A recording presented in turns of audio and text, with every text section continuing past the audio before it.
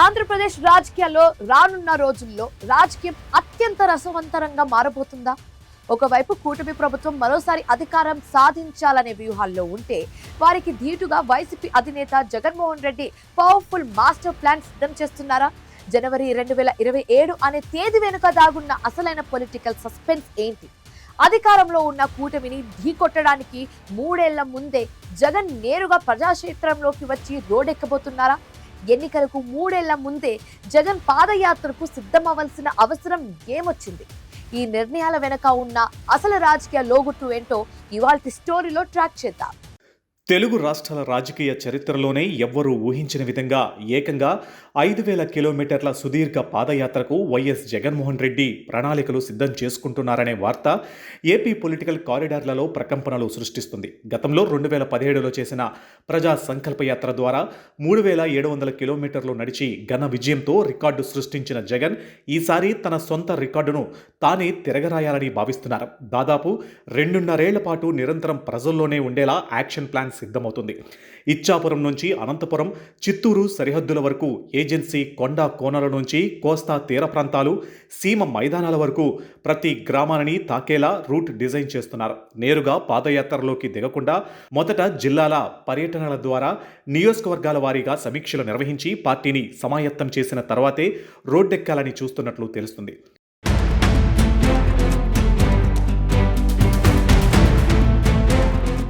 తన సుదీర్ఘ పాదయాత్రకు 2027 జనవరి నెలని ఎంచుకోవడం వెనుక పెద్ద రాజకీయ ఆలోచన ఉందనే విశ్లేషణలు వస్తున్నాయి. 2024లో నారా చంద్రబాబు నాయుడు నేతృత్వంలో ఏర్పడిన కూటమి ప్రభుత్వం 2027 నాటికి సరిగ్గా 3 ఏళ్ల పాలన పూర్తి చేసుకుంటుంది. సాధారణంగా ఏ ప్రభుత్వానికైనా మొదటి 2 ఏళ్లు ప్రశాంతంగా గడిచిన 3 ఏళ్ల తర్వాత పరిపాలనాపరమైన ఒత్తిళ్లు, హామీల అమలులో వచ్చే ఇబ్బందుల వల్ల ప్రజల్లో కొంత అసంతృప్తి మొదలవుతుంది.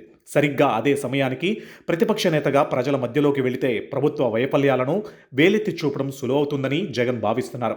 ఎన్నికలకు సరిగ్గా 2 ఏళ్ల సమయం ఉన్నప్పుడే ప్రజాక్షేత్రంలో ఉంటూ పోరాటాలు చేస్తే ఆ అసంతృప్తిని నేరుగా ఓటు బ్యాంకుగా మలుచుకోవచ్చనేదే జగన్ పక్కా ప్లాన్గా తెలుస్తుంది. 2024 ఎన్నికల ఓటమి తర్వాత క్షేత్రస్థాయిలో వైసీపీ శ్రేణులు తీవ్ర నిరాశలో కూరుకుపోయాయి. జగన్ కేవలం ప్యాలెస్లకే పరిమితం అవుతున్నారని, ప్రజల్లోకి రావడం లేదనే విమర్శలు సొంత పార్టీ నాయకుల నుంచి కూడా వినిపించాయి. ఇలాంటి సమయంలో అధినేత బయటకు రాకపోతే ద్వితీయ శ్రేణి నాయకత్వం జారిపోవడంతో పాటు ఓటు బ్యాంకు దెబ్బతినే ప్రమాదం ఉందని గ్రహించిన జగన్ మళ్లీ తన వద్ద ఉన్న బలమైన ఆయుధమైన మాస్ కనెక్ట్ను బయటకు తీస్తున్నారు. ప్రతి జిల్లాలలో పర్యటించడం, పాత నాయకులను పరామర్శించడం, విభేదాలు ఉన్న చోట సర్దుబాట్లు చేయడం ద్వారా పార్టీని మళ్లీ బలంగా తయారు చేయాలని చూస్తున్నారు. పాదయాత్ర పొడవునా స్థానిక నాయకులకు ప్రాధాన్యం ఇస్తూ వారిలో నవనూతన ఉత్సాహాన్ని నింపడం ఈ యాత్ర ముఖ్య ఉద్దేశాలలో ఒకటి.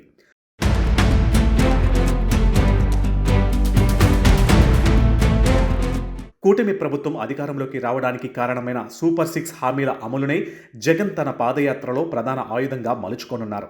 ప్రతి మహిళకు నెలకు 1,500 రూపాయలు ఇచ్చే పథకం, తల్లికి వందనం, ఉచిత బస్సు ప్రయాణం, ఉచిత గ్యాస్ సిలిండర్లు, నిరుద్యోగ వృత్తి వంటి హామీల అమలులో జరుగుతున్న జాప్యాన్ని ప్రజాక్షేత్రంలో గట్టిగా ఎండగట్టాలని చూస్తున్నారు.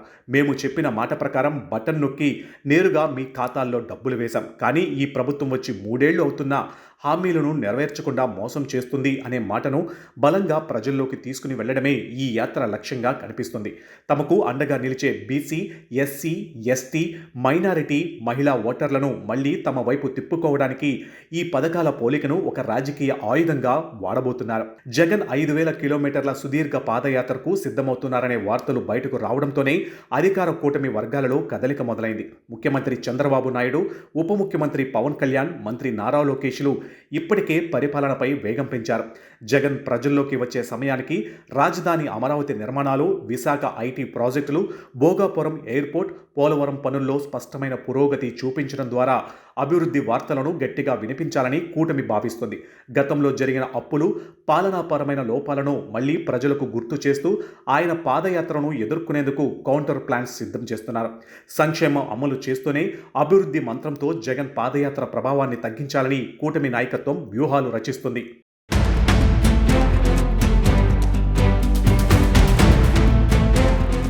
2.5 ఏళ్ల పాటు నిరంతరం రోడ్డుపై ఉంటూ 5,000 కిలోమీటర్లు నడవడం అంటే అది కేవలం రాజకీయ వ్యూహం మాత్రమే కాదు. శారీరక, మానసిక పరీక్ష అని విశ్లేషకులు చెబుతున్నారు. మారుతున్న రాజకీయ పరిణామాలు, భద్రతాపరమైన అంశాలు, ఆరోగ్య సవాళ్లను అధిగమిస్తూ జగన్ ఈ యాత్రను ఎలా ముందుకు తీసుకుని వెళ్తారన్నది ఆసక్తికరంగా మారింది. వైఎస్ఆర్ కుటుంబానికి పాదయాత్ర అనేది ఇప్పుడు కలిసి వచ్చిన సెంటిమెంట్.